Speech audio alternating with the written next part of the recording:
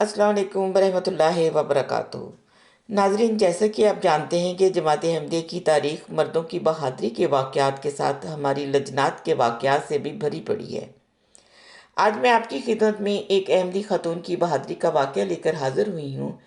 ये वाक़या इस अहमदी खातून जिनका नाम अमतुल हफीज़ साहबा है, जो बफ़ज़्ल खुदा हयात हैं, उनकी बेटी ने मुझसे शेयर किया, तो मेरा दिल चाहा कि ये ईमान अफरोज़ वाक़या आपसे भी शेयर करूँ।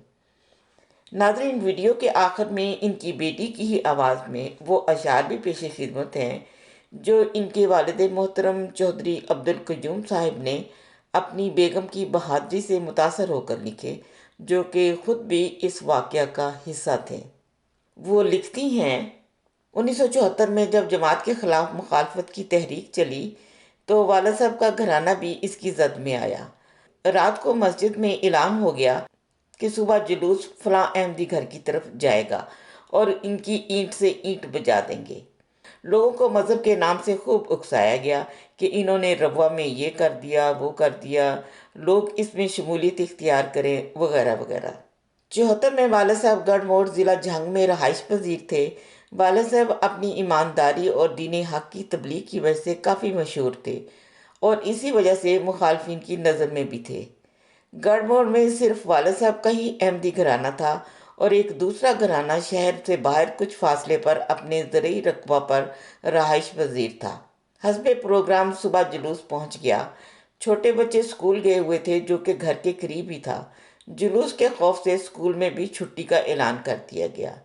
मेरे दो भाई जो स्कूल से वापस आए, देखा कि घर के बाहर बहुत बड़ा जुलूस और हंगामा है, तो घबराए नहीं। हालांकि अभी बहुत छोटे ही थे। बाज़ लोग कह रहे थे कि बच्चों को मार दो, बाज़ रोक रहे थे कि बच्चों को जाने दो। फिर अचानक एक शख्स ने आगे बढ़कर बच्चों को घर के दरवाजे के अंदर कर दिया।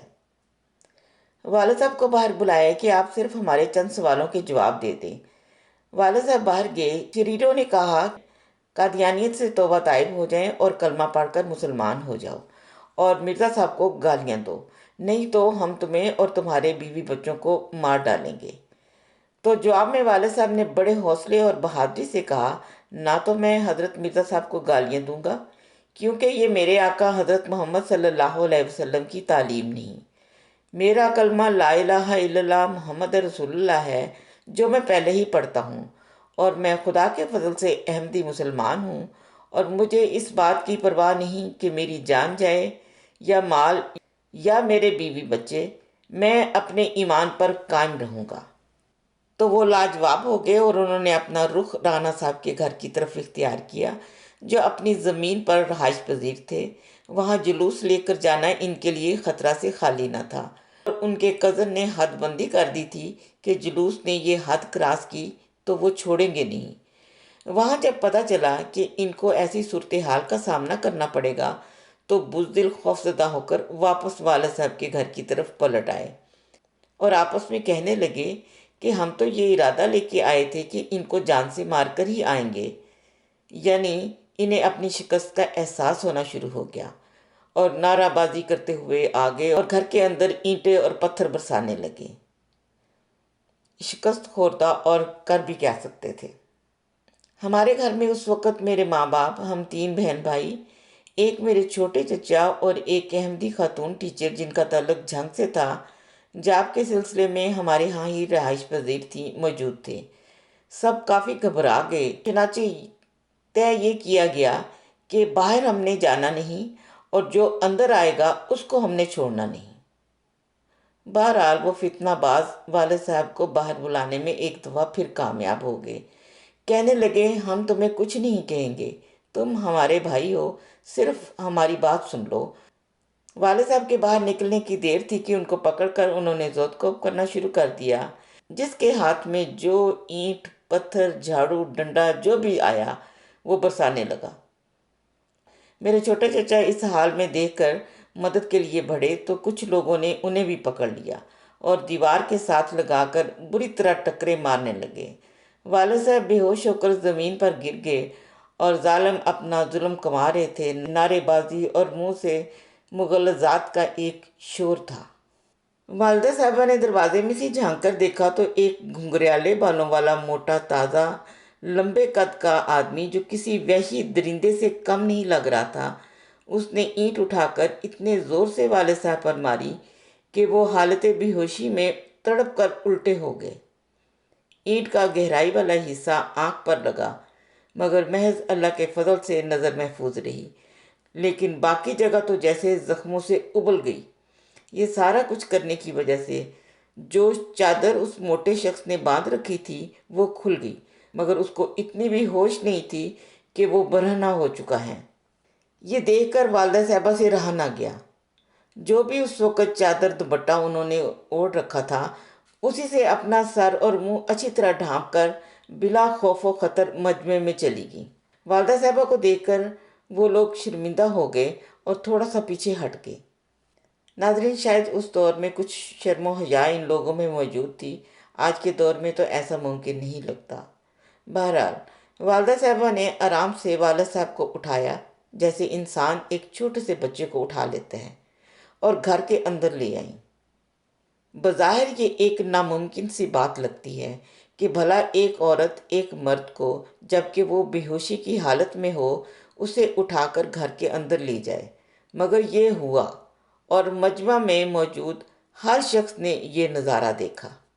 तब कुछ लोग, जिनमें अभी ईमान की हरारत मौजूद थी और मौलवी उनको भिला फिसला कर ले आए थे, बोल पड़े और मौलवियों को बुरा भला कहना शुरू हो गए।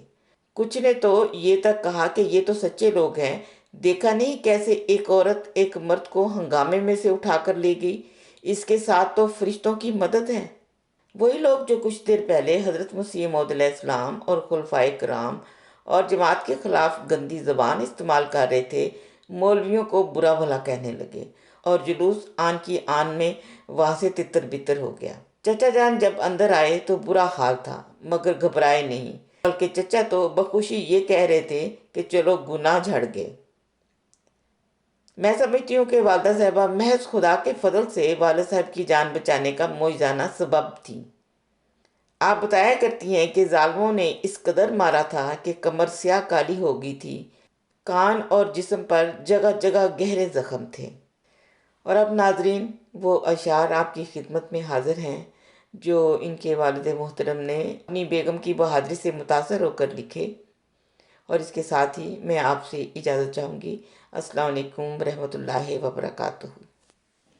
बरसती रहे उस पे रहमत तेरी, बरसती रहे उस पे रहमत तेरी, कि खुशनूदी उसको मिले हर घड़ी, कि खुशनूदी उसको मिले हर घड़ी, कि खुशनूदी उसको मिले हर घड़ी,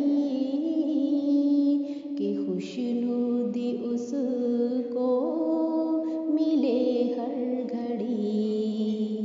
वो अखलाक़ आली, वो सीरत का पैकर, वो अफजल थी किरदार में सबसे बढ़कर, वो अखलाक़ आली, वो सीरत का पैकर, वो अफजल थी किरदार में सबसे बढ़कर, बड़ी नाज़नी थी, बड़ी खूबसूरत,